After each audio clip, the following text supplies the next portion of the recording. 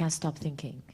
I can't control my thoughts. How true is that? Can someone control their thinking? Like the amount of thoughts they get. Some people are the overthinkers, generally, whether positive or negative. So if we're just going to go and target those people non-stop, day and night, positive and negative, they're up in their head to the point where nothing relaxes them. Even sleeping pills doesn't put them to sleep. There's a baby blissfully resting in peace with a blank mind, came here curious, open to learn, right? Yeah.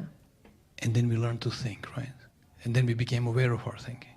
And then we started thinking about things.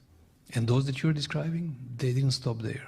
They're thinking their experience, they're feeling it. But then they become aware of their thinking, so they start thinking about the thinking. And they get really busy, and they start thinking about that, thinking about the thinking. And I think that's what you're describing. Things we can do with our own thinking, is there's no end to that.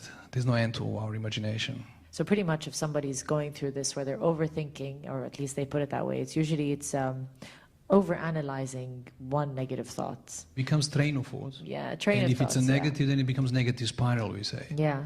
It brings us down energetically, and that invites more like thoughts. Yeah. So it becomes a domino effect, you called it. Come back.